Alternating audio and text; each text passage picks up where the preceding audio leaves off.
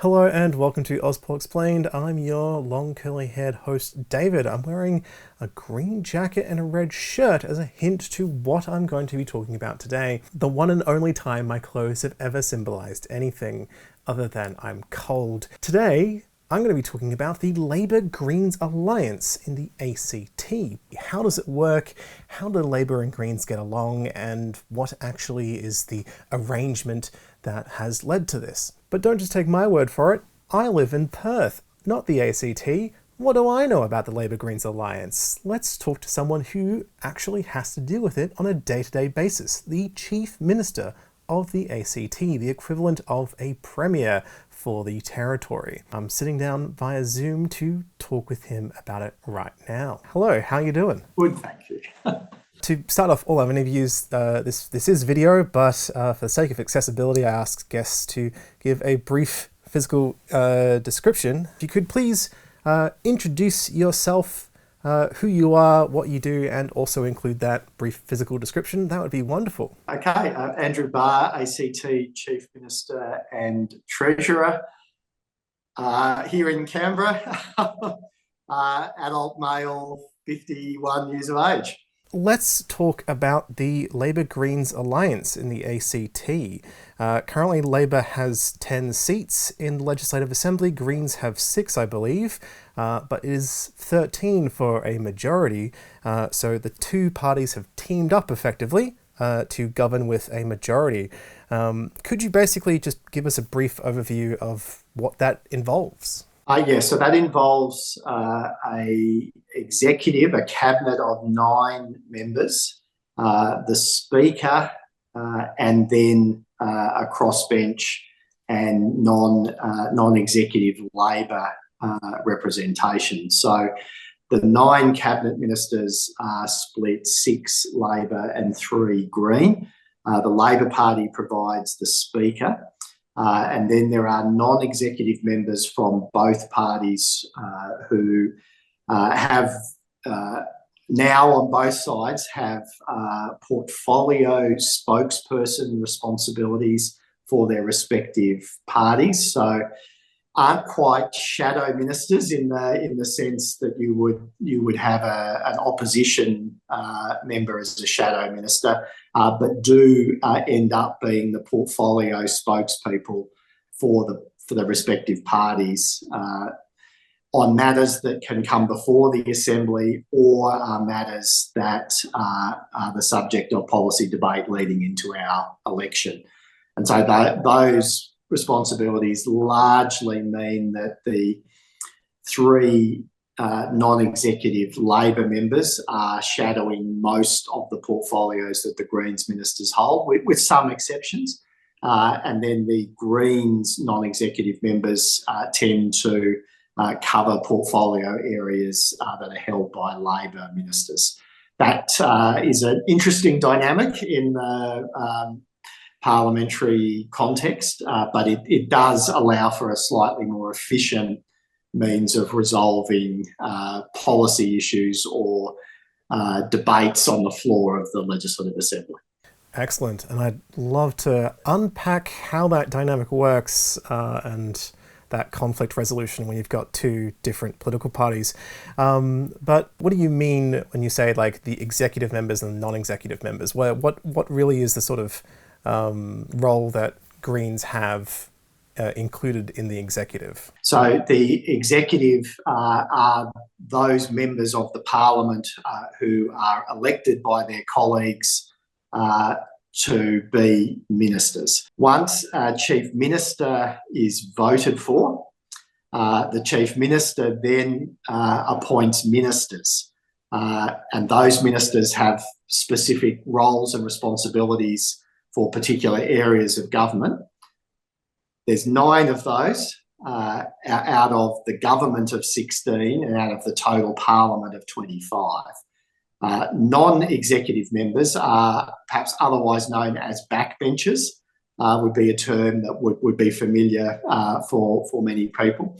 They are parliamentarians, they're legislators, but they don't have a specific portfolio responsibility in that they're not charged with administering a government department.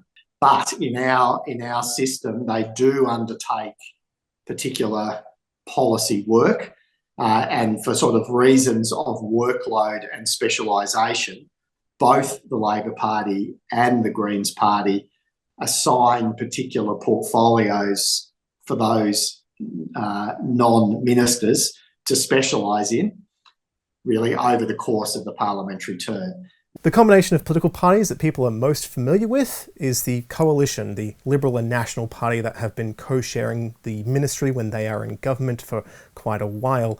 Is the Greens Labor Alliance in the ACT like that? And if it's not, how is it dissimilar? It has some similarities in so much as effectively the formula for determining how many ministers and sort of other elements of parliamentary representation are somewhat based on the numerical strength of both governing parties. So the reason the Labor Party is providing the Chief Minister and most of the ministers is that we have 10 of the parliamentary representatives, more than the Greens Party. This model has operated in previous parliaments where there's been one Green and the rest of the members Labor, or in the last parliament where there were 12 Labor and 2 Green, and the Greens then only had one ministerial role. So depending on the relative parliamentary numbers, that is a factor, and that is, I understand, similar to the Liberal National Party coalition. The points of difference are that both parties retain separate party room meetings, and joint party room meetings are really only quarterly, whereas I think they might be more frequent between Liberal and National Party members. But our cabinet meets almost weekly over the course of the political year, and so that is where most of the inter-party negotiation would occur.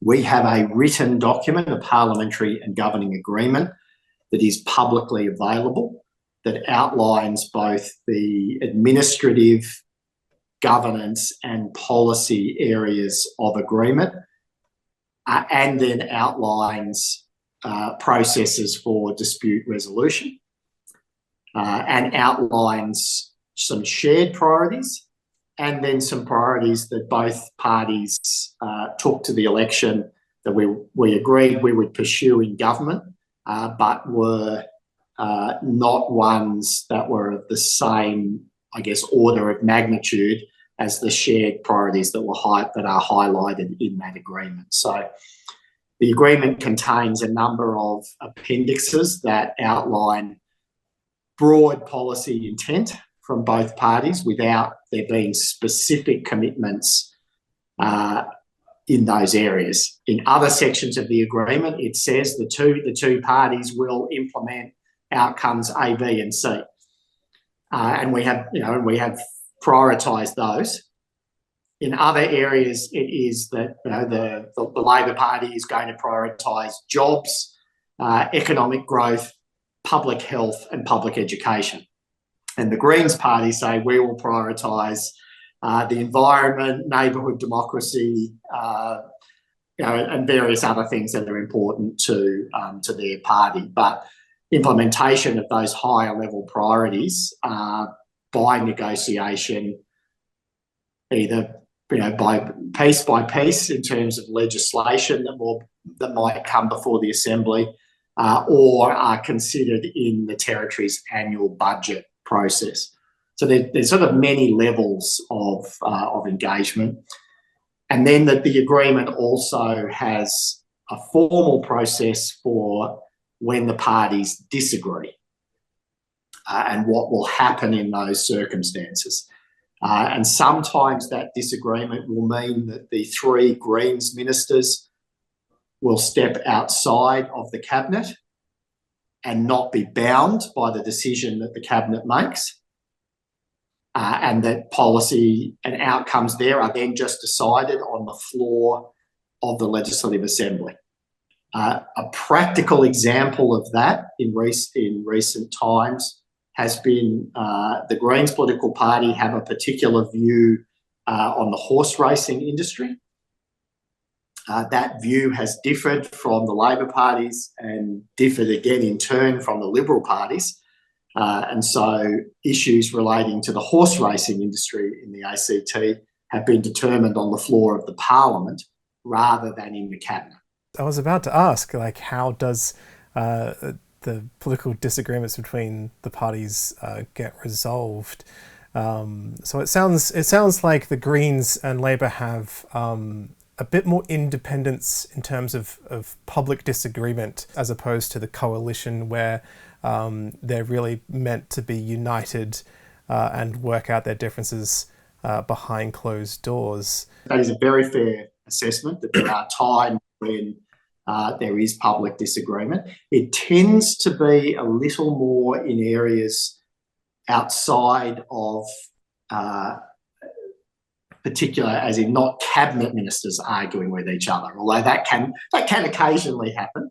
But often it will be a Greens member who is not a cabinet minister arguing the Greens policy position from outside. On some occasions, that argument is then brought into the cabinet room, and there have been occasions when a Labor non-executive member has challenged a Greens minister position on a particular issue. So there's room for disagreement. I will say a very big part of my role as Chief Minister is to have to manage that disagreement. So I spend more time than any other First Minister, than a Premier, for example, having to manage crossbench or coalition issues. Majority governments are actually exceedingly rare in the ACT because of its system of proportional representation.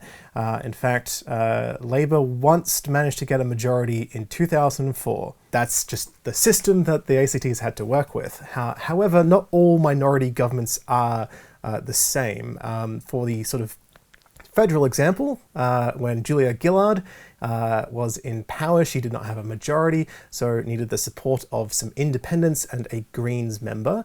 However, that minority government is different to ACT minority governments because no one outside of Labor was included in the ministry. And in ACT, in the past of the ACT, both Liberal and Labor governments have had a combination of cabinets comprised entirely of Liberal or Labor, and also combinations where they've brought in independents.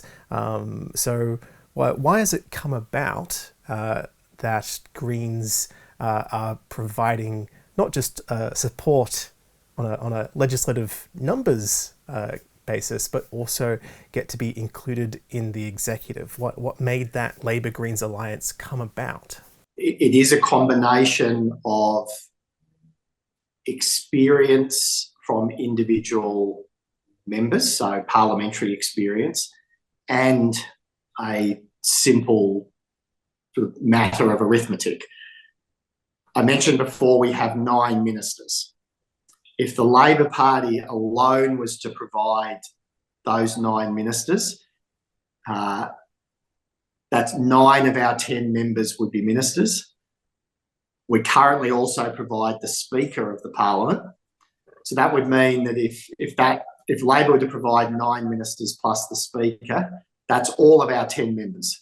So we would have no representation on any of the parliamentary committees, because the general practice of parliaments is that ministers don't sit on parliamentary committees.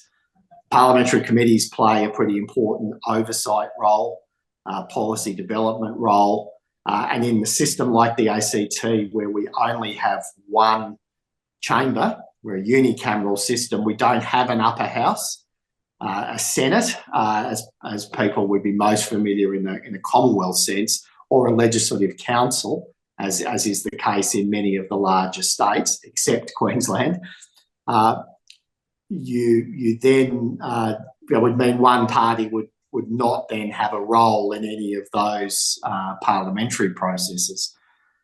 So in order to create a situation where the ministerial workload is shared between the two governing parties and the parliamentary workload is shared as well, because our parliament only has 25 members and it's doing local government and state government. I think there's just a workload distribution reality that drives a shared executive and a shared parliamentary role. But there is also, I guess, a set of political demands that the Greens Party put forward. That they received 13% of the vote, and so they demanded a level of ministerial representation in the government that was subsequently formed. The Labor Party received 38% of the primary vote, so we're obviously the majority party and the bigger party, but we can't govern in our own right. And so we do need to form alliances with a crossbench. In this instance, the entirety of the crossbench is made up of Greens members. So there was no other choice. We weren't going to be able to govern with the Liberal Party. And so that's sort of out of both workload, administrative and political necessity. That's how you end up with this situation. It is possible after our election in October, if independent or members from other political parties were elected who would seek to support a minority Labor government, that you could have a different governing arrangement. Tasmania provides the other current example of that, where the Tasmanian Liberal government governs in minority, but with I think a Liberal-only cabinet, but they rely on the Jackie Lambie network plus some independents for their political support. Because Labor has more members, can it just sort of effectively veto a Greens proposal? Yes, except, of course, the Greens are then open to go to the Liberals to try and secure support for their proposal.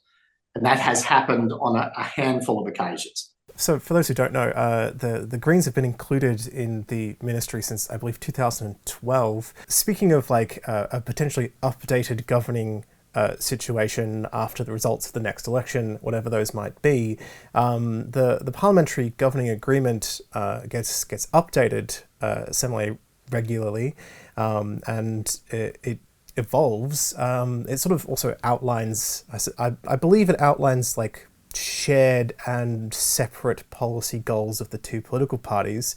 How does that play out when it comes to elections? So, you've got these two political parties that have worked together in government, but have different ultimate goals.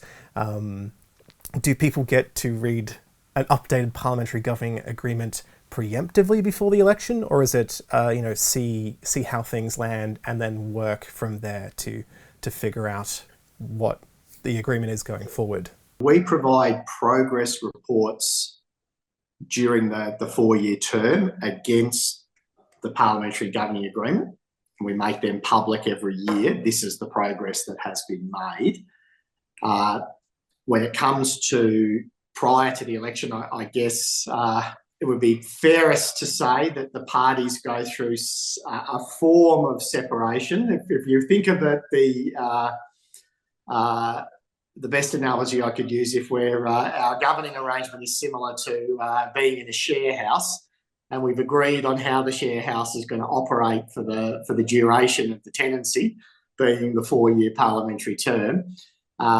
The parties do start to do their own thing and maybe move out of the share house during the election campaign. But there's always a sense possibly that we may need to be renting together again after the elections. So whilst there are areas of policy difference, we do have a mind to how we may work together. But I think it would also be fair to say that, at least from the Labor Party's perspective, if if we are fortunate enough to win more seats in the election, then that means we're either occupying more rooms in the share house, or we might be looking to go and live on our own. To continue that analogy, we may have different partners. Like there may be someone else who might come into the share house and govern with us. We don't know yet, but I think it's a fair starting point to assume that there will be Labor and Green members elected to the next Parliament. We just don't know how many of each yet. You've been the Chief Minister for nearly 10 years now, the longest serving, so congratulations, by the way. You've had your fair few elections to see how this might play out. What impact does the Alliance have on election campaigns? Because you've still got like a competition between the two parties, but you've both sort of had this co-responsibility for the outcomes in the previous term.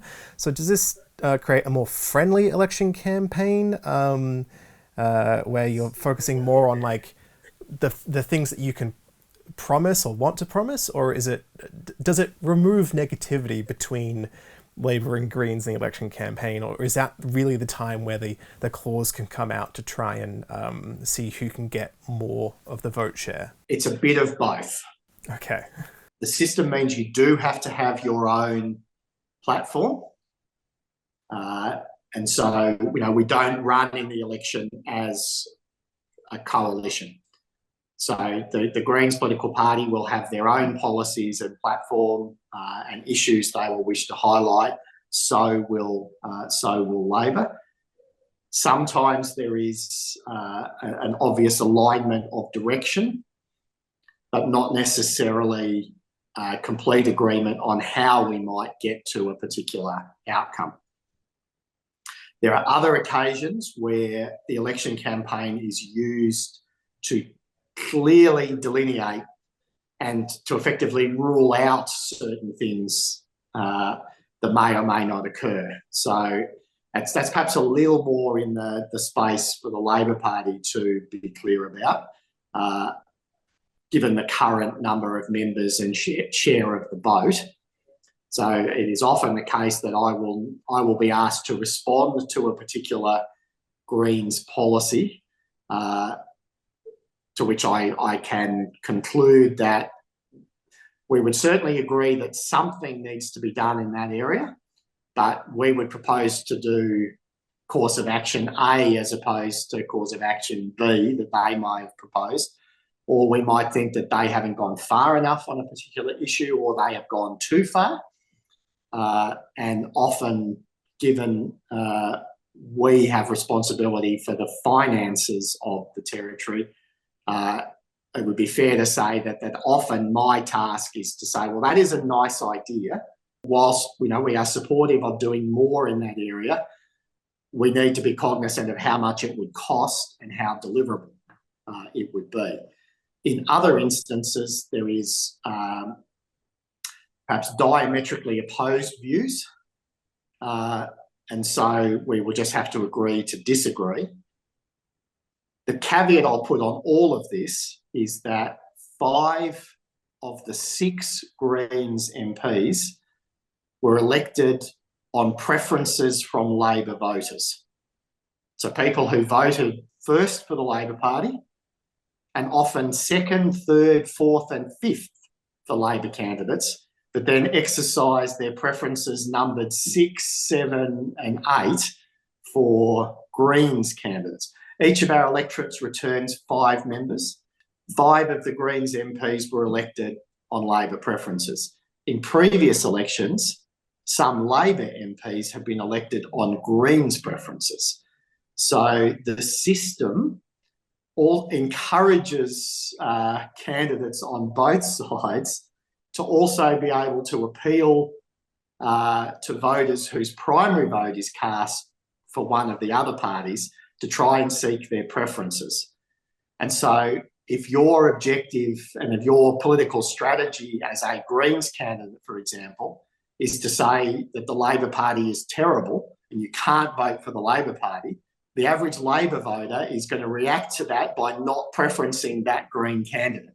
Equally, that discipline applies to Labor candidates as well. That if you're desiring to get elected and you might need the preferences of Greens voters to get there, then it's probably not the best political strategy to spend your entire campaign attacking the Greens party.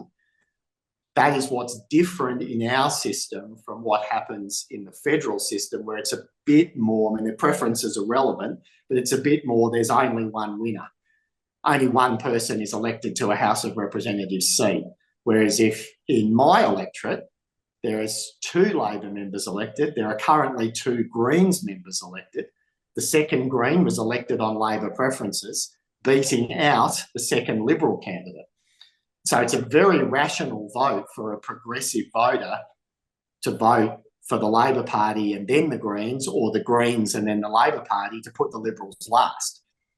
And that is what happens in some electorates. So the system moderates against extremism in most instances, and moderates against Labor and Green attacking each other too much, because the people you're attacking, you might want their preferences. You compared it to the Commonwealth system, where there's one winner for the lower house in an area.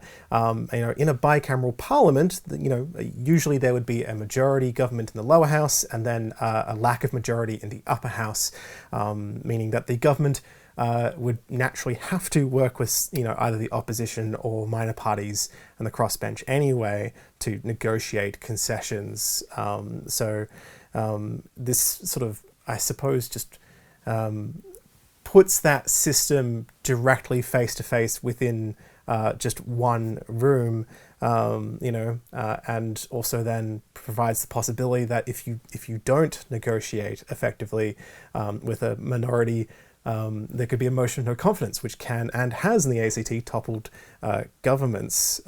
So is this sort of alliance, whether it would be with Labor and Greens or potentially in the future Liberal and some other political party, do you believe that's the inevitable product of having a unicameral parliament to ensure stability? So look, it is out of both necessity and I think the functioning of the electoral system and the parliamentary workloads that mean that it is important that stable government can be formed through a written document that outlines the process for managing any disagreement, should there be any, but that does give confidence in the executive government, so the Chief Minister, and confidence that the annual budget, the appropriation bills, will be passed each year.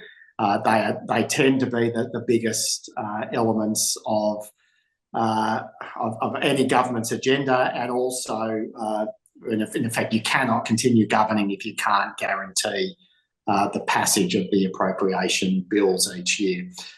So the students of Australian political history will go to the 1975 constitutional crisis as a reference point there for an inability of the government to get the annual budget bills passed. Means it's very difficult to govern. So we have that level of confidence through the written document. There's only in extreme circumstances of criminality or corruption is a no confidence motion supportable. The political system then plays out. There are times when the Greens political party will vote with the Liberal Party against Labor, and other times when the Labor Party and the Liberal Party will vote together against the Greens political party position. That they're both rare occasions, has happened less than 1% of the time throughout this parliamentary term, and generally speaking in the last 2 or 3. So on the rare occasion that does happen, it doesn't mean that the government falls apart, that we are mature enough to be able to continue to focus on the main tasks, whilst accepting from time to time there will be points of disagreement. That can happen within political parties or between political parties. And we've seen all of that play out federally and in state and territory parliaments throughout the history of Australian democracy. So nothing particularly different here, other than as a single chamber with only 25 members elected with 5 electorates of 5 members by proportional representation, with local government and state government responsibilities. There's an expectation from Canberra voters that the parliament they elect will work as best as they can together on the issues that matter to voters. And most of the time that happens. Only rarely when it doesn't, we might find ourselves in the national news. Thank you very much for all your time and expertise. You've given me quite a lot of wonderful perspective and information on this, so thank you very much. Thank you very much. And there you have it. I hope you learned a few things and that was interesting to you, even if you don't live in the ACT. And if you live in the ACT, hey, when there's an election, look up the Parliamentary Governing Agreement and also the policy of all the different political parties and independents, regardless if you are a Labor/Greens voter or not. Just be informed as you go to the polls about what people are promising and what they want to do for you. If you liked this, comment down below what you would like to learn about next or who you think I should interview next. Who knows, maybe I'll manage to get them on the show. Don't forget to share, subscribe if you haven't already, and also there is a link in the description if you want to support me on Patreon so I can one day afford a second-hand electric car in approximately 4 years. Thank you so much for tuning in. I'll see you next time.